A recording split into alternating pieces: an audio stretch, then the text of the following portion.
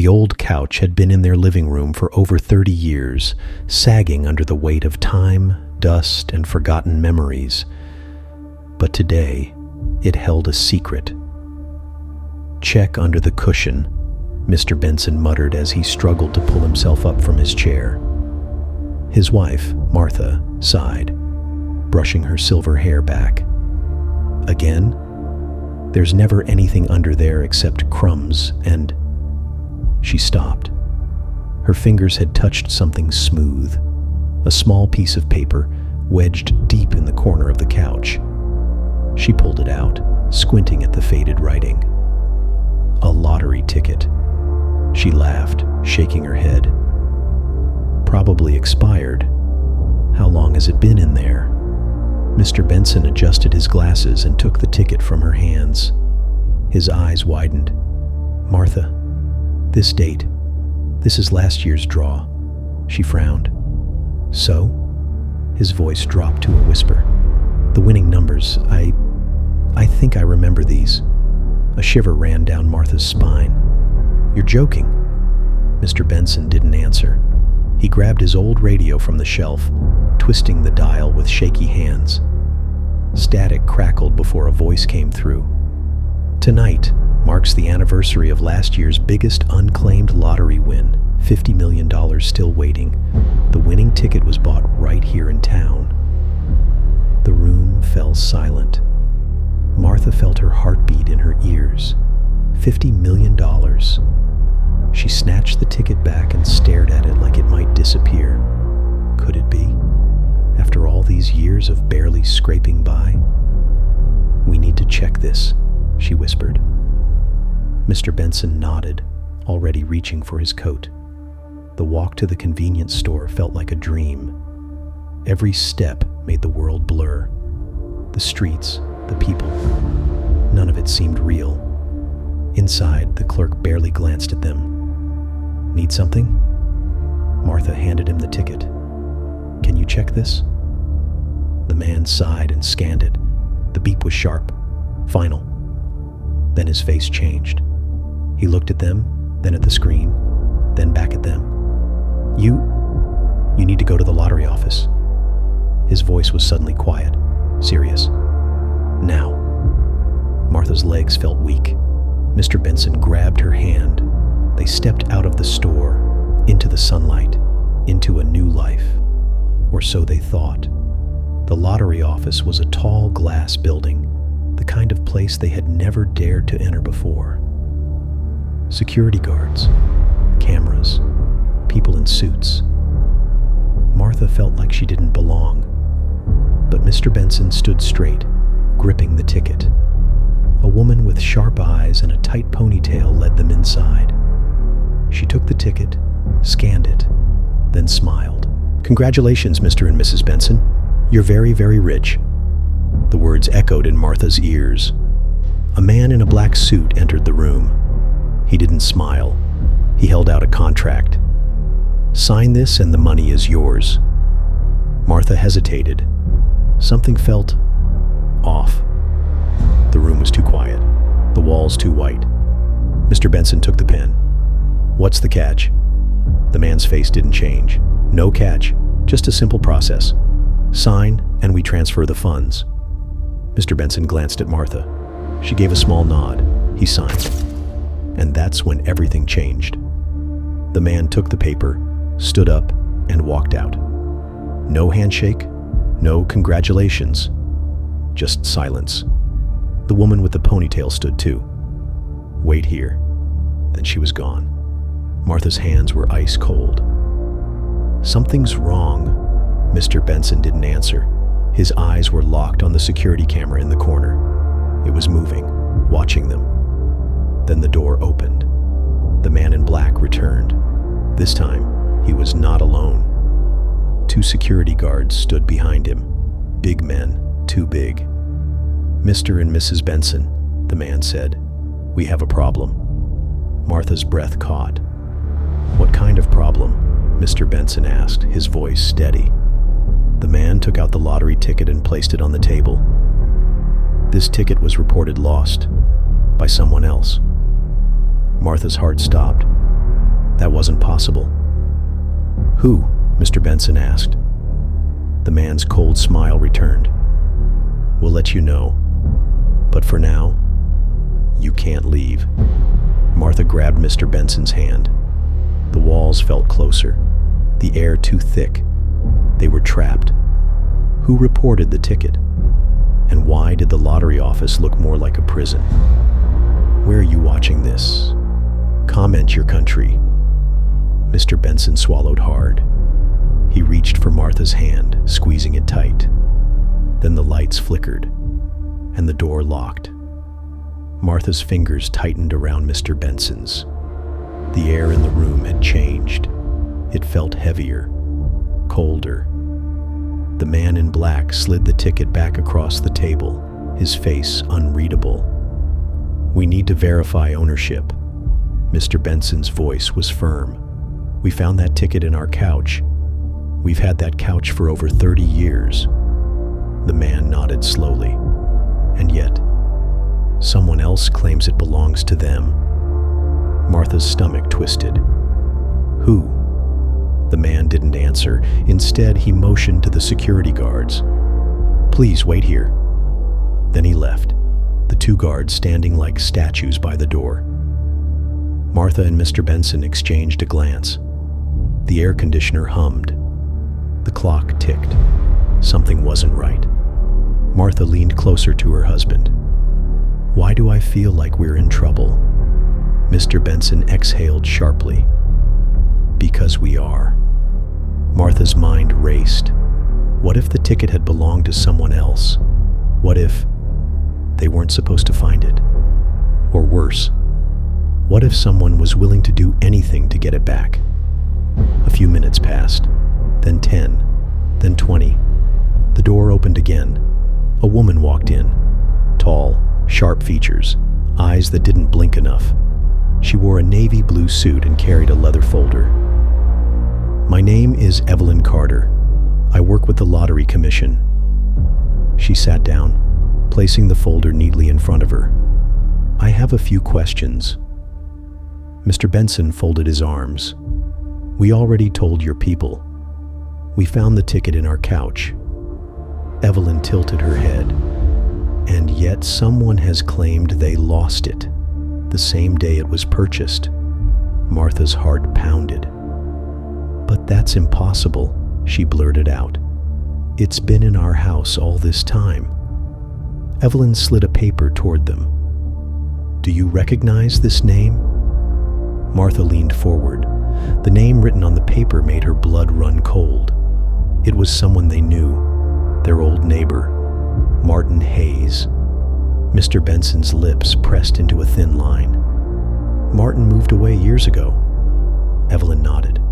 Yes, but he filed a report back then saying he lost his winning ticket. Martha felt dizzy. He thinks this is his? Evelyn studied them. If he's telling the truth, then yes. But it's been in our couch for a year. Martha's voice shook. How could it be his? Evelyn sighed. That's what we need to find out. She stood, gathering her folder. For now, the money is frozen. No one can claim it until we confirm ownership. Martha's heart sank. How long will that take? Mr. Benson asked. Evelyn's expression darkened. That depends. On what? She didn't answer. She just gave them a long look before heading for the door. The guards followed, locking it behind them. Martha exhaled sharply. This isn't right. Mr. Benson rubbed his temples. Martin Hayes, of all people. Martha shuddered. Martin had been their neighbor for years, always polite, always smiling, but there had been something off about him.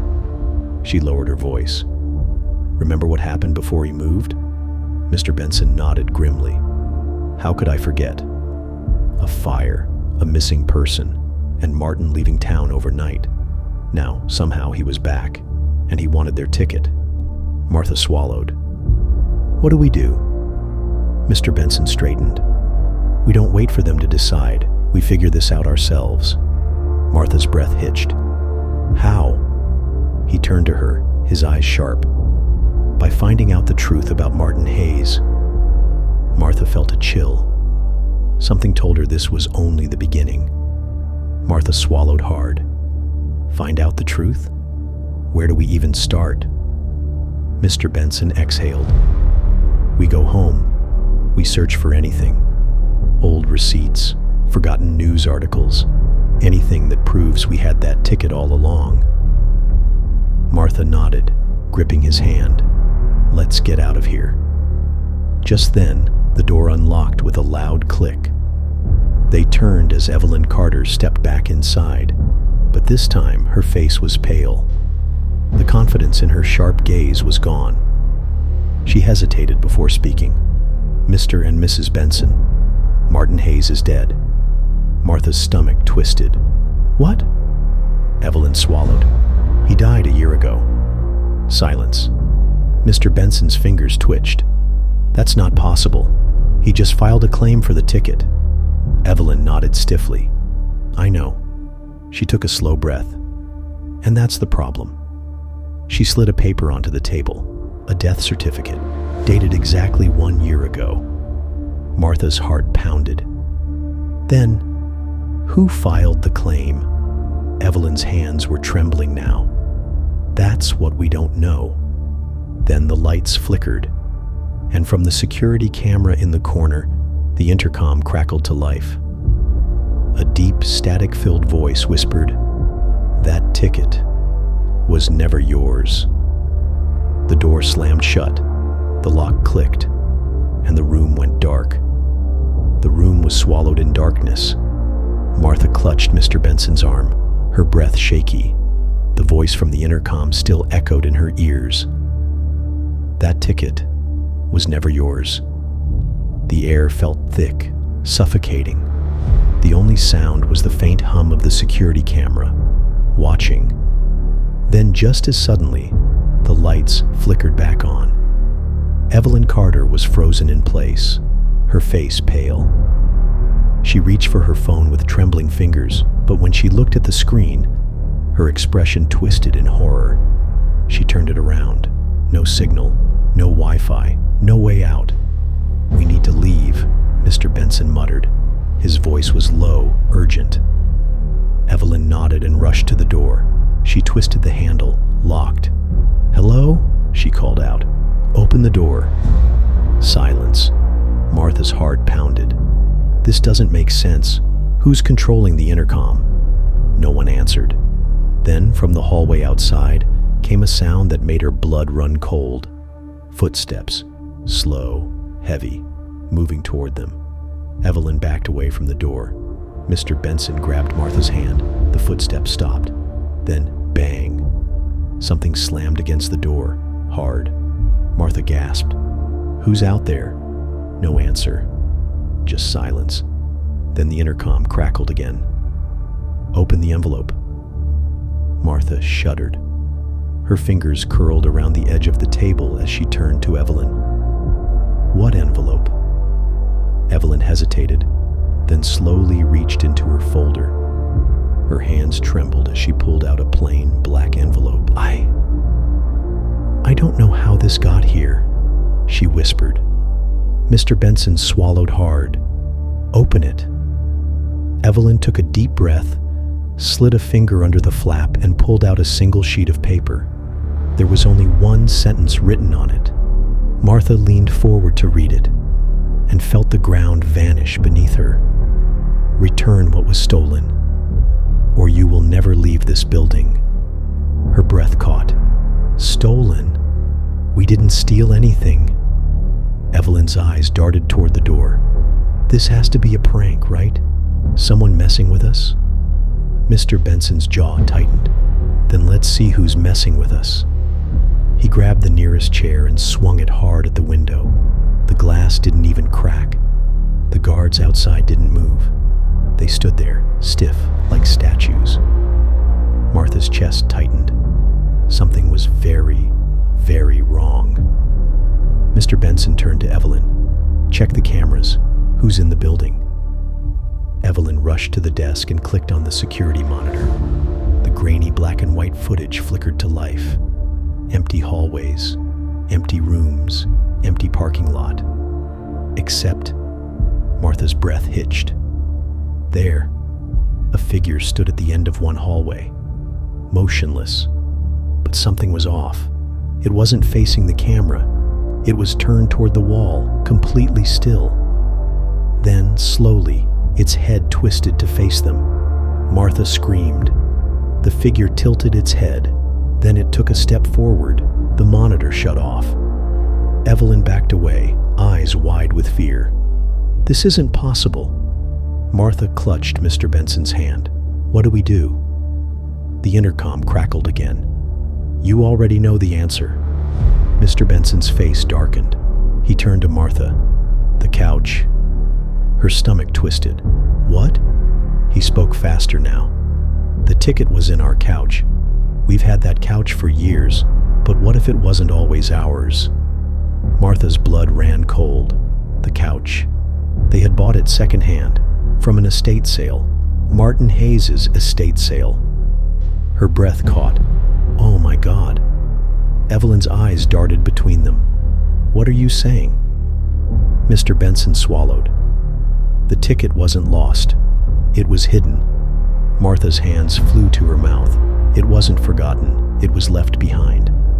And now someone, or something, wanted it back. The air shifted. The temperature dropped. Then, the door unlocked. A slow creak. Martha turned, her heart hammering. The door was open, but the hallway beyond it was no longer empty. A shadow stood there, silent, watching. Then it took a step inside. The shadow stepped into the room. Martha's breath hitched. The air felt heavy, like the walls were closing in. Mr. Benson instinctively pulled her behind him. Evelyn stood frozen, her eyes locked on the figure. As it moved closer, the dim light revealed its face, or rather, the lack of one. The shape of a man, but with no features, just smooth, empty skin where eyes, a nose, and a mouth should be. Martha's knees nearly gave out. What is that? Evelyn stumbled backward, her voice barely a whisper. This isn't real. This isn't... The figure took another step, then another. Mr. Benson grabbed the chair and hurled it. The chair passed right through the figure and crashed against the wall. Martha clutched her chest. It's not human. The intercom crackled again. The debt must be repaid. Evelyn turned to them, her face pale. The couch. Where is it now? Martha's hands shook. It's still at home. Mr. Benson's jaw clenched. Then that's where we go. The faceless figure tilted its head. Then it raised one hand and pointed at Evelyn. Her breath hitched. Why me? The intercom buzzed. Because you claimed the ticket. The lights flickered. Then, blackout. Darkness swallowed the room. Martha couldn't see, couldn't breathe. A cold chill ran down her spine. Then suddenly, the lights returned. And Evelyn was gone. Martha let out a strangled gasp. Evelyn! Mr. Benson spun around. Where did she go? No answer. Only the black envelope remained on the floor, where she had stood just seconds ago. Martha's stomach twisted. We need to go, now. Mr. Benson grabbed her hand, and they bolted out of the room. The house. The drive home was silent. Martha gripped the wheel, her knuckles white. Mr. Benson sat stiff beside her, his mind racing. Neither of them spoke. There was nothing to say. By the time they reached the house, the sun had set. Their small, cozy home now felt wrong. The shadows stretched longer. The silence was deeper. They stepped inside. The couch sat in the living room, untouched. Martha's heart pounded. What now? Mr. Benson hesitated, then marched toward the couch. He grabbed a knife from the kitchen and, without a word, sliced open the cushions. Stuffing poured out. Dust swirled in the air. Nothing. Martha's stomach dropped.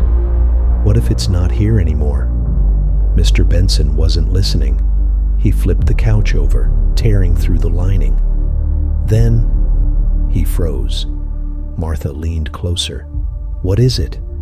Slowly, he reached inside the couch's frame and pulled out something wrapped in yellowed newspaper. Her breath hitched. It was hidden the whole time. Mr. Benson unwrapped it, revealing a second lottery ticket. Not theirs. The original ticket, the real winner. Martha's mind reeled. The ticket they cashed in wasn't the one they found. It was a copy, which meant they had been living off stolen money. A deep, rattling breath filled the room. Martha's skin prickled. She turned. The faceless figure was standing in the doorway, watching, waiting. Martha's throat tightened. She held out the ticket with trembling hands. "We didn't know. We swear we didn't know." The figure took a slow step forward. Mr. Benson grabbed the fireplace lighter and flicked it on. "If we burn it, will this end?" Silence. The figure stopped moving. Martha's heart pounded. "Do it." Mr. Benson held the flame to the edge of the ticket. The paper caught fire instantly. As it burned, the room shook. The windows rattled. The walls groaned. Then, the faceless figure vanished, and so did the lights. Total silence. Martha's breath came in sharp gasps. Is it over?" Mr. Benson didn't answer. He was staring at something on the floor. Martha followed his gaze. Her blood ran cold. The black envelope, still there, still sealed. And this time, it had their names on it.